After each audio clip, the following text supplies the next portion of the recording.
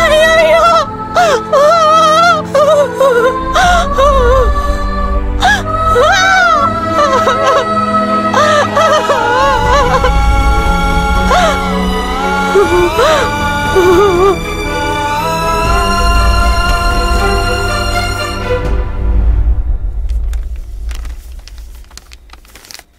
అమ్మా, ఈ ఊర్లో ఉండిన కొద్ది తల్లిదండ్రులు మనం చేసిన పని మాత్రమే మన పిల్లలు చేయాలని అనుకోరు. మనం పడే కష్టం మన లోపలే ఉండాలని, మన పిల్లలైనా సంతోషపడాలని ఆశపడతారు. కానీ నువ్వు చేసిన పనికి పోలీసు అడ్డొస్తున్నారని వాళ్ళతో నన్ను ఉండమని చెప్పావు కదా. నువ్వు చేసిన పని ఎలా ఉంటుందని తెలిసినా కూడా నేను నీ పైన ఎక్కువే మర్యాద పెట్టాను. ఎందుకని చెప్పండి? మీ పుణ్యం వల్లే నేను 3 పూటల భోజనం తిన్నాను.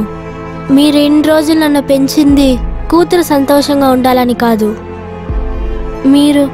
నేను బేగా పెద్ద పిల్లనయ్యి నువ్వు చేసిన పనికి నేను కూడా రావాలని ఆశపడ్డావు. బలవంతం చేసి ఎవరిని ఈ పనిలో ఇన్వాల్వ్ చేయకమ్మా.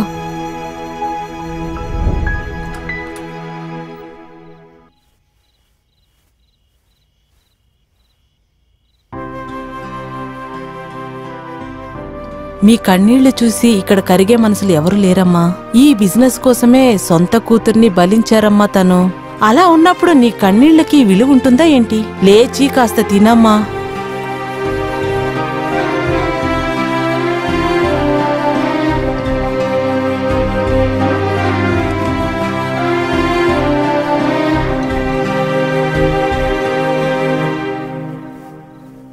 తను భోంచేయలేదా? తినలేదక్కా.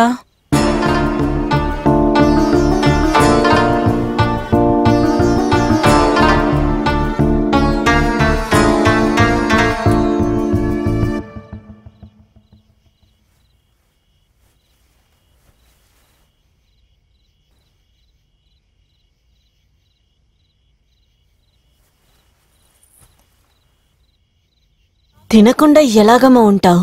అందరూ కష్టపడేది 3 పూట్ల అన్నం తినడానికి. కానీ ప్రతి వాళ్ళు చేసే పని విచిత్రంగా ఉంటుంది. ఇదే నా వృత్తి. ఇది తప్ప నాకింకేమీ తెలీదు. నాకే పని చేయడం అస్సలు ఇష్టం లేదు. వైశాలి, నా మాట విను. నేను బలవంతంగా ఎవరు ఈ పని చేయమని చెప్పలేదు. ఇదంతా వాళ్ళ కుటుంబ పరిస్థితి వల్ల. నెల నెలా వచ్చే డబ్బులు సరిపోక ఈ మార్గాన్ని వెతుక్కుంటూ అందరూ ఇక్కడికే వస్తున్నారు. అందరికీ డబ్బు అవసరం ఎక్కువ ఉంది. నేను చేసే పని కరెక్టో తప్పో నాకు తెలీదు. కానీ నా వల్ల 4 కుటుంబాలు సంతోషంగా ఉంటున్నారని తెలిసినప్పుడు అంతకంటే సంతోషం ఇంకేం కావాలి చెప్పు? నీ కన్నీటితో భారంగా ఉండే నా మనసు కరిగిపోయింది.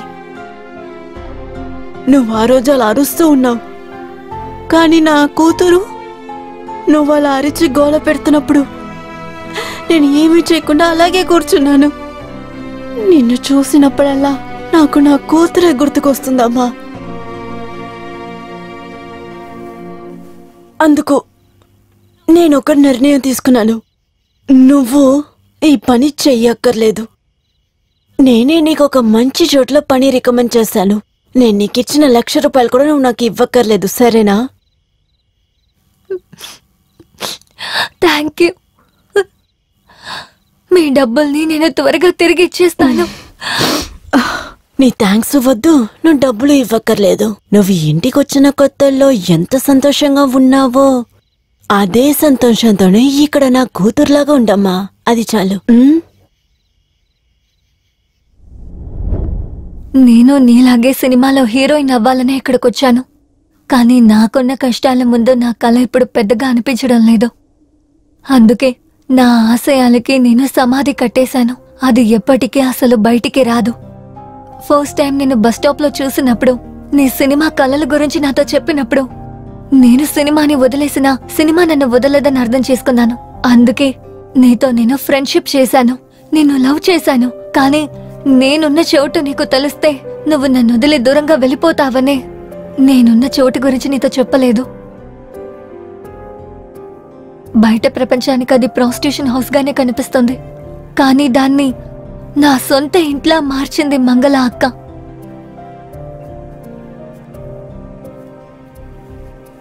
ఐఎమ్ సారీ వైషు, నేను నిన్ను తప్పుగా అర్థం చేసుకున్నాను. నువ్వలా అనుకోవడానికి నేనే కారణం విక్రమ్. నీ దగ్గర సారీ అడగాల్సిందే నేనే, నువ్వు కాదు. I'm sorry. వైషు, మంగళ ఆంటీతో నేను మాట్లాడతాను. ఇక నుండి నువ్వు అక్కడ ఉండాల్సిన అవసరమేం లేదు. నీకోసం ఒక ఇల్లు వెతుకుతాను, సరేనా?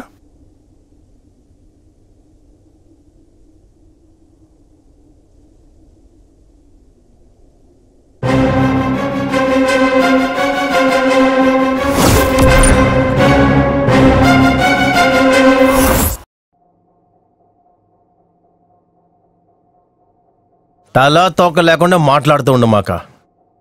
వైశాలిని తన కూతురులాగా చూసుకుంటున్న ఈ మంగళ తానెందుకు తిరిగి చంపాలి? సార్, మంగళనే హత్య చేసుంటుందని నేను మీతో ఎప్పుడైనా చెప్పానా? తన మీద ఒక డౌట్ అనే చెప్పాను సార్. మరి పీకడానికి తన కథని ఇంత దూరం చెప్పావు?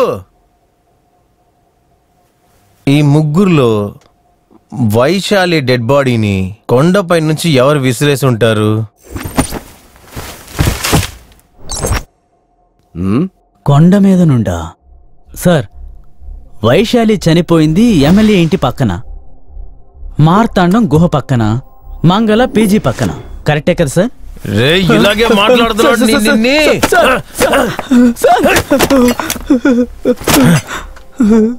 హత్య కేసుకి ఏదైనా క్లూ ఇస్తావని చూస్తే నువ్వు రాసే మర్డర్ కేసు కథ గురించి చెప్తావు నాకు. సార్, ఎన్నిసార్లు అని చెప్పాలి సార్? నా script out and out full commercial sir.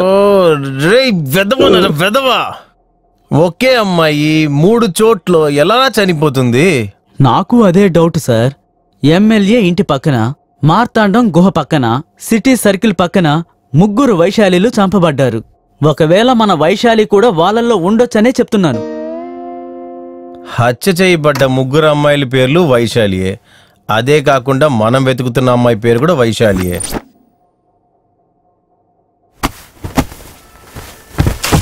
హత్య జరిగిన చోటు వేరువేరుగా అయినా కూడా వైశాలి అన్న పేరుకు ఏదో సంబంధం ఉంది.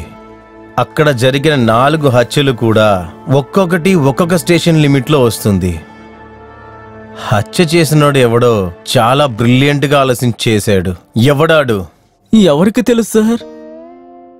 నా స్టేషన్ లిమిట్లో చనిపోయిన వైశాలికి సిటీ లోపల హత్య చేయబడిన వైశాలీలుకి ఏదో ఒక లింక్ ఉంది సార్. విక్రమ్ లవర్ వైశాలి మాత్రమే నాకు తెలుసు సార్. మిగతా వైశాలీలు ఎవ్వరూ నాకు తెలియదు సార్. ఒరేయ్, నాకు కోపం తెప్పించమాకరా. కష్టపడి పెంచిన ఈ పట్టని కరోనా డ్యూటీస్ తగ్గించాను. ఈ కేసుని నా బుర్రతో ముగించబోతున్నాను. నీ చెత్త కథలు చెప్పి నేను టెన్షన్ చేయొద్దురా. అలాగా సార్? నాకు ఈ కేసు గురించి విని విని పెద్ద తలనొప్పి వచ్చేసింది సార్. సరే, అయితే బయటికి వెళ్ళు. నా మనుషులతో చెప్తాను. నీ ఇంటికి ఎంత పంపించు, డైరెక్ట్ గా మెంటల్ హాస్పిటల్కి. Thank you sir.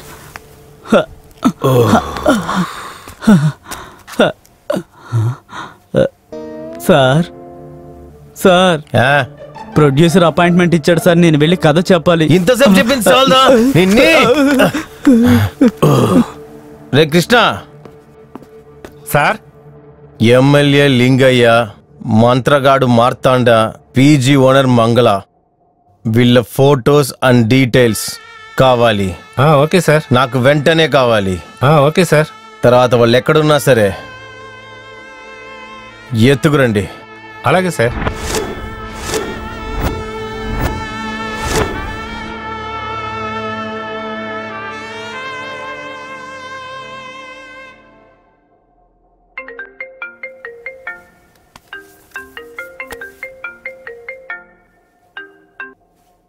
చెప్పు కృష్ణప్ప.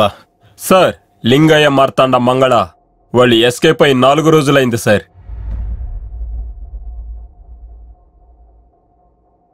Something is wrong. పెద్ద క్రైమే జరిగింది.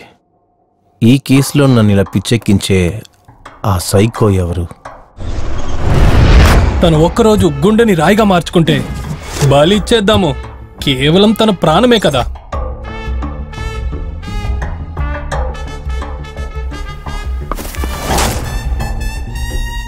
వైశాలిని ఎమ్మెల్యే దగ్గర తీసుకెళ్ళుంటే అక్కడ ఏం జరుగుంటుంది?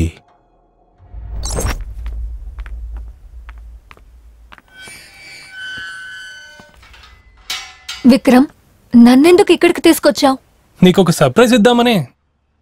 ఇక్కడ సర్ప్రైజ్ ఏముంది? రా చెప్తాను.